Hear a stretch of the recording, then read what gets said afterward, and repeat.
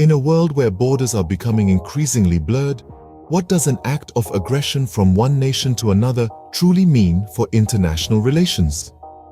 This is a question that has taken center stage in recent times, as we navigate a landscape marked by escalating tensions and conflicts. The complex tapestry of international relations is woven from threads of diplomacy, mutual respect, and the shared goal of peace. Yet, like any fabric, it is susceptible to frays and tears, as we're seeing in the current state of affairs in the Middle East and Asia.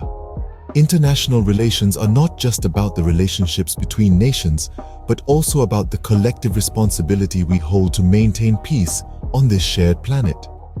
Each nation, like a piece in a puzzle, plays a crucial role in the overall picture of global stability. When one piece shifts or is removed, the entire image is affected. This interdependence is starkly evident when we turn our gaze to the Middle East and Asia. An intricate web of alliances, rivalries, and conflicts has created a delicate balance, a balance that has been recently disrupted by escalating tensions. In the heart of these tensions, we find nations like Israel, Iran, and Pakistan, each with its own narrative, each with its own struggle.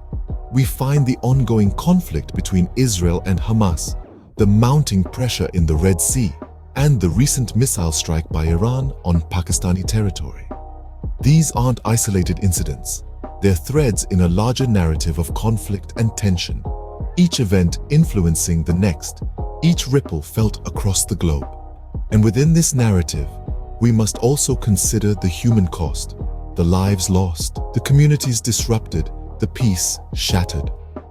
So as we delve into the recent missile strike, we must ask ourselves, what led to this point, and where do we go from here? The answer isn't simple, but in seeking it, we might just find the path to a more peaceful world. The recent missile strike did not happen in a vacuum. It's the result of escalating tensions and a series of key events. Let's wind back the clock a bit and look at the series of events that led us to this point. Our timeline begins with the ongoing Israel-Hamas war. This conflict has been the epicenter of escalating tensions, with the war resulting in significant casualties, including over 24,000 people in Gaza alone. This war has not only affected Israel and Gaza, but has caused ripples throughout the Middle East and beyond. Moving forward, the next key event in our timeline is Iran's strikes in Iraq and Syria. These were not random acts of aggression, but targeted attacks against what Iran labels as anti-Iran groups. These actions have further stoked the fires of tension in the region and have had far-reaching effects, with the fallout spreading beyond the immediate borders of these countries. Meanwhile, Iran has been supporting the Houthi rebels in Yemen, a move that has only added to the volatility of the situation. The Houthis have been attacking commercial shipping in the Red Sea, disrupting global trade routes and causing international concern. The US and its allies have targeted Houthi missile sites in Yemen, but despite these efforts, the attacks on commercial vessels persist.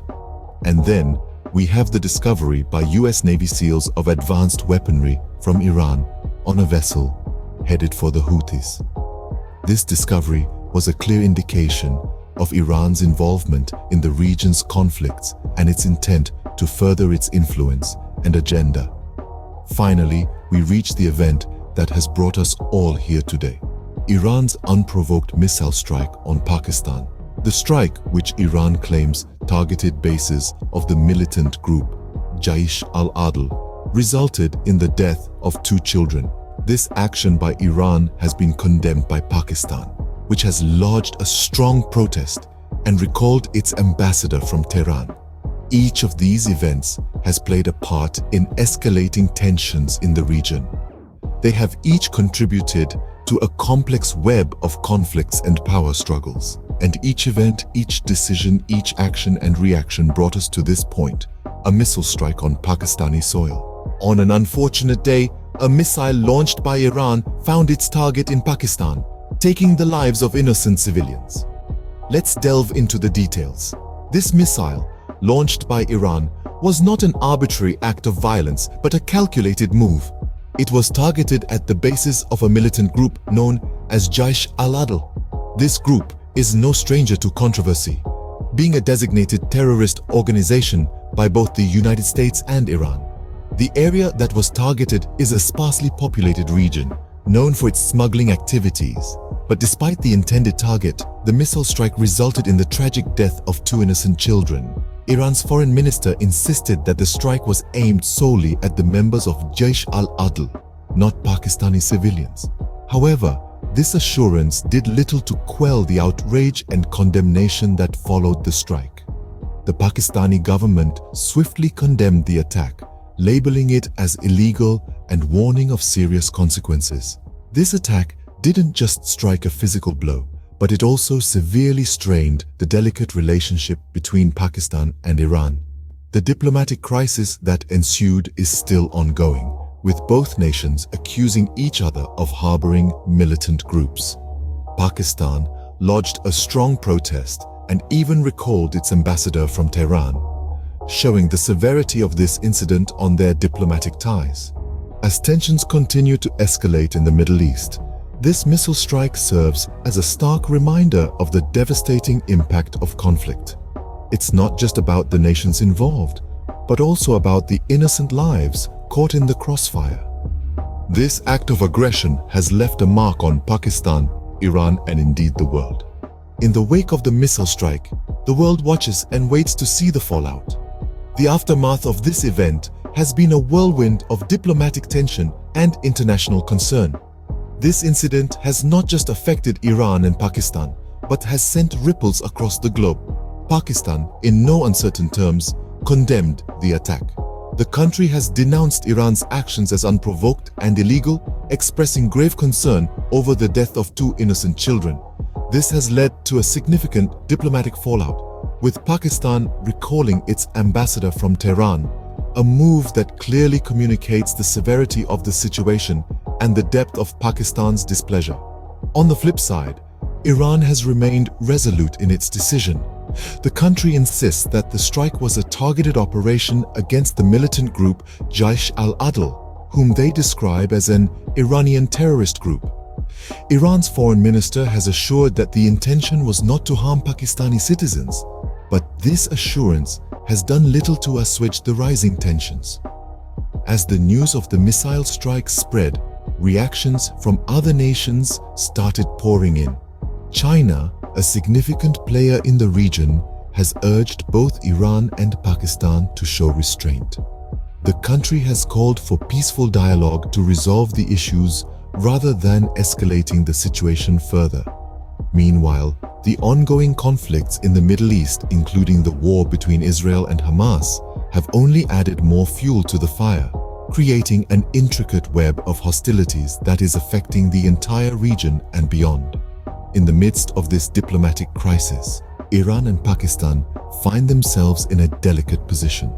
Both nations have accused each other of harboring militant groups, adding another layer of complexity to their already strained relationship.